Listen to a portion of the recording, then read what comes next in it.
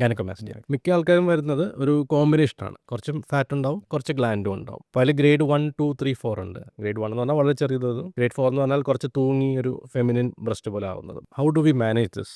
വരുന്നൊരു പേഷ്യൻറ്റിനെ എപ്പോഴും മെറ്റബോളിസവും ഹോർമോൺസിൻ്റെ സ്റ്റാറ്റസും നോർമലാണോ ഇല്ലയോ എന്ന് നോക്കും. മിക്കവാറും പേഷ്യൻസിൻ്റെ ഒക്കെ തന്നെ 13 to 15 ഇയേഴ്സ് ആ ഏജിലൊക്കെ ആയിരിക്കും യൂഷ്വലി അവർ സ്റ്റാർട്ട് ചെയ്യുന്നത്. ഏർലി ആയിട്ട് വരികയാണെങ്കിൽ അത് വർക്കപ്പ് ചെയ്ത് കഴിഞ്ഞാൽ മേ ബി ഇനീഷ്യൽ 6 monthsലൊക്കെ ആണെങ്കിൽ ചെറിയൊരു മെഡിക്കൽ മാനേജ്മെൻറ്റിനും കുറച്ചൊക്കെ അത് പ്രിവെൻറ്റ് ചെയ്യാൻ പറ്റിയേക്കും വലുതാവുന്നതിന്. അഡോളസൻസിലുള്ള ഒരു നോർമൽ ഹോർമോൺ ചേഞ്ചസ് അല്ലാതെ ഹോർമോൺ സെക്രീറ്റിംഗ് ട്യൂമേഴ്സ് അങ്ങനെ എന്തെങ്കിലുമൊക്കെ ആണെങ്കിൽ പോലും ഗൈനക്കോമാസ്റ്റിയ ആയിട്ട് ചിലപ്പോൾ പ്രസൻറ്റ് ചെയ്യാം. സോ ഓൾവേസ് നമ്മൾ ഗൈനക്കോമാസ്റ്റിയ ഉള്ള ഒരു പേഷ്യൻറ്റിന് സർജറിക്ക് മുമ്പ് ഹോർമോൺ സ്റ്റാറ്റസ് എന്തായാലും ഉറപ്പാക്കും. അത് ഹോർമോൺ ഇഷ്യൂ ഉണ്ടെങ്കിൽ ഇന്ന് സർജറി ചെയ്ത് കഴിഞ്ഞാലും ആ ഹോർമോൺ ഇഷ്യൂ അവിടെ ഉള്ളത് കൊണ്ട് തിരിച്ച് ഗൈനക്കോമാസ്റ്റിയ വരാനുള്ള ചാൻസ് ഉണ്ട്. പിന്നെ സർജറി എപ്പോൾ ചെയ്യണം എന്നുള്ളത് ആക്ച്വലി ഗ്രേഡ് 4 ഒക്കെ ആവാതെ ഇരിക്കാതെ നേരത്തെ തന്നെ ചെയ്യുന്നതാണ് പലപ്പോഴും നല്ലത്. ബിക്കോസ് സ്കിന്ന് സ്ട്രെച്ച് ചെയ്ത് വരിക എന്നുള്ളൊരു ഇഷ്യൂ വരുന്നുണ്ട് ഇതിൽ. ഗ്രേഡ് 4 എന്ന് പറഞ്ഞാൽ വളരെ തൂങ്ങിയ breast ആണെങ്കിൽ ഫീമെയിൽ ബ്രസ്റ്റ് പോലെ തന്നെ ആയി കഴിയുമ്പോൾ സ്കിന്നും വളരെ സ്ട്രെച്ച് ആവും.